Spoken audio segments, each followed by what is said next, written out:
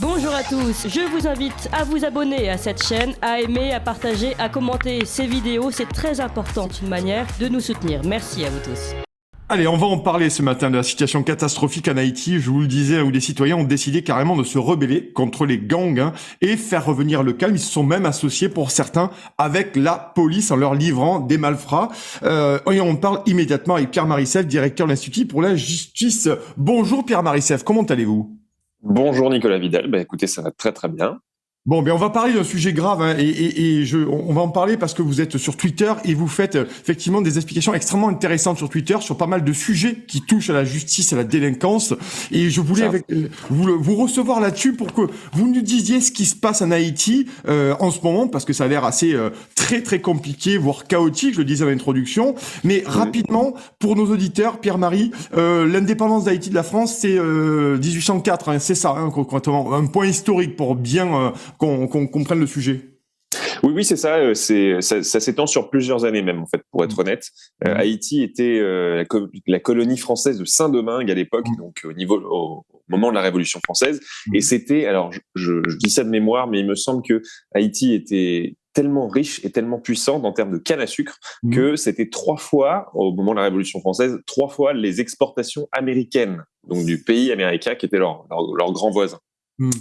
Et donc à partir de la Révolution française, il y a toute une série de troubles qui commencent avec notamment la Révolution avait décidé que les esclaves seraient libres et la minorité blanche française qui était en Haïti, qui avait fait venir elle-même beaucoup d'esclaves. On était de l'ordre de 80-90% d'esclaves. Et la minorité blanche l'a mal vécu. Elle était très royaliste puisque c'était tous des nobles très proches du roi et qui en profitaient. Et donc ils ont mis une dizaine d'années à accepter cette situation-là. Et puis au final, ils ont fini par les Haïtiens, les esclaves, ont fini par mettre dehors tout simplement leurs anciens maîtres. Et autre grand motif de fierté dans l'histoire haïtienne, en tout cas tous les Haïtiens que je connais me le ressortent assez régulièrement, l'armée de Napoléon a été mise dehors d'Haïti aussi, puisque Napoléon avait renvoyé dans ces eaux-là, vers 1804-1803, une armée qui devait reprendre le contrôle de l'île. Et militairement, c'est plutôt une victoire pour l'armée de Napoléon, mais les maladies et le terrain extrêmement difficile, le maquis, etc., font que l'armée napoléonienne a laissé tomber et est repartie en métropole.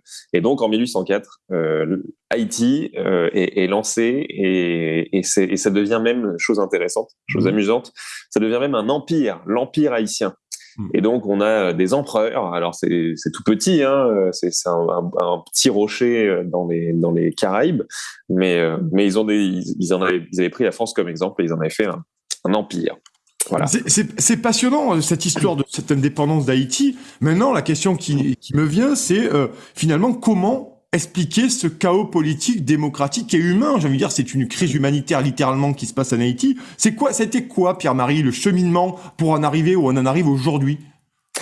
Alors Haïti a toujours été un pays extrêmement instable. L'empire haïtien a duré 10-15 ans, sans rien de plus. Ensuite, on a une espèce de valse des empereurs. Moi, je me souviens, je saurais plus vous donner de nom, mais je me souviens avoir lu quand même qu'il y avait un empereur haïtien qui avait été choisi par le Sénat haïtien. Et il savait ni lire ni écrire, mais il est devenu empereur avec tous les pouvoirs que ça impliquait. Et il a lancé une cérémonie de sacre avec sa femme, donc de l'impératrice et de lui-même, d'une face absolument scandaleuse, puisque c'était en gros 3 années de revenus du pays. Tout ça dans un sacre par quelqu'un qui venait tout juste d'être choisi, qui savait ni lire ni écrire. Enfin bref, donc tout ça pour dire que en gros, depuis son indépendance, il n'y a jamais eu de stabilité, il n'y a jamais eu de mieux dans Haïti. Il y a même eu une occupation américaine pendant la Première Guerre mondiale et un petit peu au-delà, parce que le pays était complètement hors de contrôle. Et ensuite, on a traversé une petite période de mieux avec la dictature. Papa Doc et Baby Doc étaient le père et un fils, étaient 2 dictateurs qu'on surnommait comme ça. Et cette dictature-là a apporté une certaine stabilité, avec évidemment une violence d'État. Mais à partir de la fin de la dictature, donc en 86, l'instabilité revient. Un autre grand événement, ça a été le séisme en 2010. Oui. Vous vous souvenez probablement de ce séisme qui avait tué des centaines de milliers de personnes, donc qui a apporté aussi beaucoup d'instabilité. Et puis enfin, dernier gros rebondissement politique, c'était quand même un événement assez extraordinaire. C'est la mort du président Moïse, qui a été tué chez lui par un commando. On ne sait pas trop payé par qui. Donc il y avait des Colombiens. Certains accusent les Américains. Certains accusent d'autres factions rivales haïtiennes, ce qui est tout à fait possible, ce qui est même le plus probable. Donc bref, et depuis la mort de Jovenel Moïse, on a eu un premier ministre par intérim, mais pas d'élection. Et en fait, c'est tout à fait logique qu'il n'y ait pas d'élection. Le chaos est tel que l'élection ne serait pas possible d'être organisée. Pierre-Marie Sève, est-ce qu'on peut dire que la pauvreté et la misère sont-elles les seules explications pour expliquer le chaos que vous nous décrivez? Alors, la société haïtienne est très particulière. Par exemple, elle est très, et ça paraît étonnant, c'est un pays profondément raciste où il y a une hiérarchie raciale extrêmement importante. Moi, qui ai beaucoup d'amis haïtiens, je le vois, les plus riches et ceux qui vont à l'étranger sont tous ils appellent ça des mulâtres, donc c'est l'ancien terme. Donc des mulâtres, donc c'est des gens qui sont clairs de peau. Il n'y a pas de blancs comme nous, mais ce sont des gens plus on est clair de peau, en gros, plus socialement on a de la puissance dans ce pays, alors qu'il n'y a aucun blanc. Moi, j'en connais quelques-uns qui sont très très clairs de peau. Bah oui, ils ont leur papa qui est sénateur, leur maman qui est écrivain, etc. Et donc c'est une société racialement très très très hiérarchisée. Autre exemple, il y a une montagne dans la capitale de Port-au-Prince, et donc plus on habite haut dans la montagne, plus on est supposé être riche. Et donc, plus on est blanc, plus on est riche. Enfin bref, donc il y a toute une hiérarchie comme ça. Il y a une concentration des richesses absolument scandaleuse entre les mains des plus riches, qui est vraiment impressionnante, avec des Ferrari, des Porsche. Alors là, vous pouvez les nommer. Donc, il n'y a pas uniquement la pauvreté, il y a des grandes inégalités. Et puis, il y a une corruption politique, puisque les gangs dont je parle dans mon trade, bien souvent, ce sont presque des mercenaires qui sont payés par les élites haïtiennes corrompues, des politiciens qui ont de l'argent et qui ont payé ces gens-là pour pousser les électeurs dans leur camp avec une mitraillette dans le dos, quoi. Alors, merci en tout cas pour cet état des lieux à Haïti. Donc, je vous invitais ce matin pour parler justement de ce collectif, de ces citoyens, qui commencent à faire la police chez eux. C'est la réalité. C'est-à-dire que pour certains, ils capturent les malfrats ou les mafieux pour les remettre à la police, ou dans la plupart des cas, vous allez nous le dire, ils font carrément justice eux-mêmes et ils protègent leur pays. Finalement, ils ont pris le monopole de la violence légitime aujourd'hui. Et ce mouvement s'appelle Bois Calais. J'ai lu sur votre compte Twitter, Pierre-Marie. C'est ça. En fait, donc ça fait plusieurs années donc que les gangs ont un petit peu échappé à leur maître et se sont mis à faire leur activité principale, c'est le kidnapping. Et kidnapping contre rançon.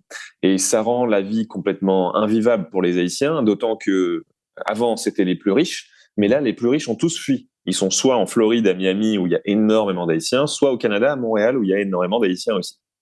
Et donc maintenant, j'ai un ami qui me racontait, qui est haïtien, qui me racontait que maintenant, ce sont les vendeurs de fruits dans la rue qui sont enlevés pour pratiquement rien, pour 5 €, quoi. Des trucs complètement fous.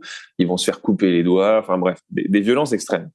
Et autre point important, la police est un petit peu laissée à elle-même par le pouvoir politique. Ou en tout cas, elle le ressent comme ça. Et donc, les gangs ont tué beaucoup de policiers ces derniers mois. Ça se compte en dizaines.